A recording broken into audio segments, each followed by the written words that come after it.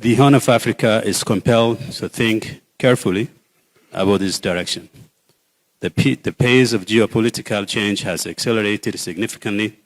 The war in the Middle East, shifting global alliances, climate pressures, disrupted food systems, rising debt, and a fragmenting international order are no longer distant developments.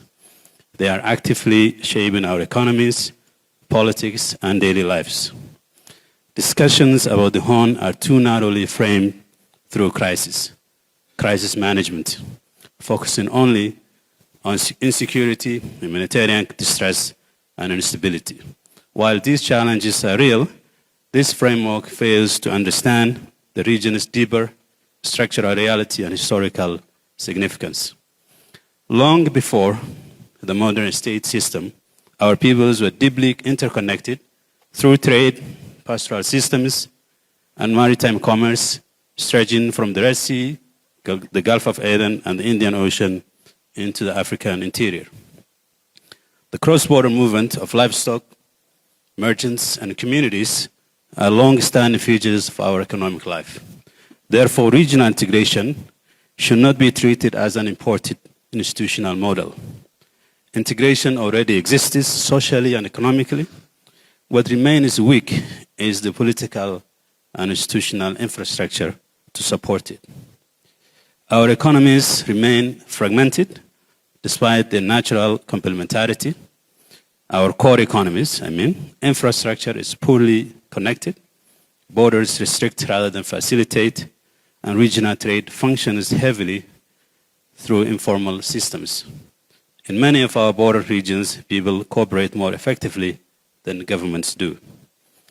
If we are serious about stability, we must connect economic fragmentation and political fragility. A region with poorly linked transport and energy systems, marginalized border communities, limited opportunities for youth, will inevitably remain vulnerable to instability.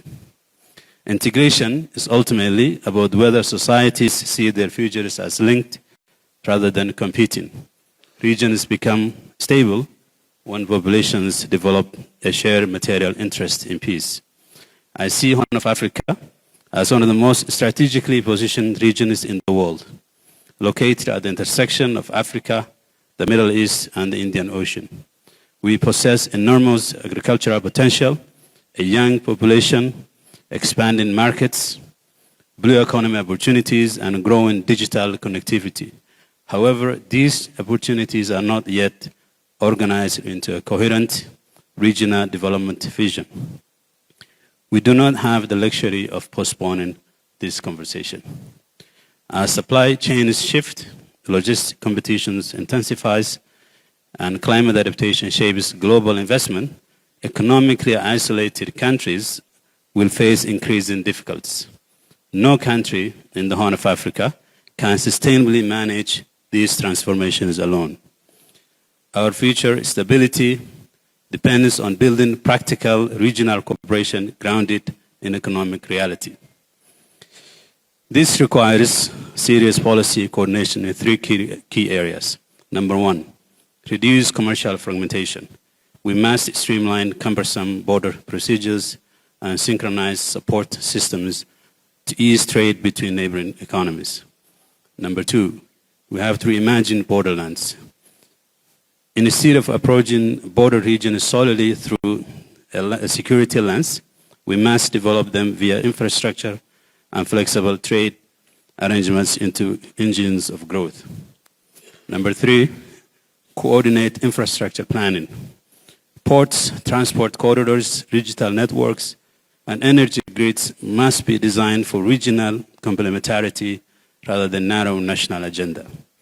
Infrastructure shapes productive capacity and directly influences public confidence and social resilience. From Somalia's perspective, these discussions are vital.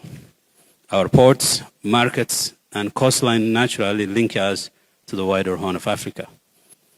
We must remember that regions without internal coordination, very strong internal coordination, often become arenas for external rivalries.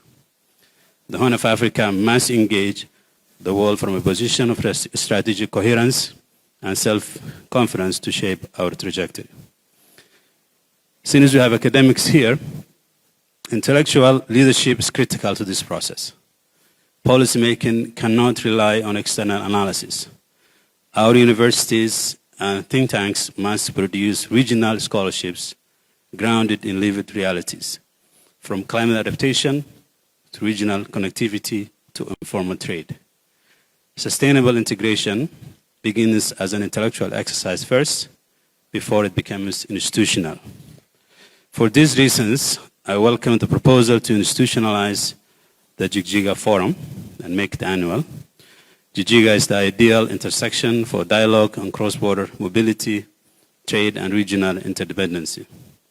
In closing, ladies and gentlemen, the central question is whether we will continue with fragmented national calculations or develop the maturity to think regionally while preserving national sovereignty. These two goals are not contradictory. They depend on one another.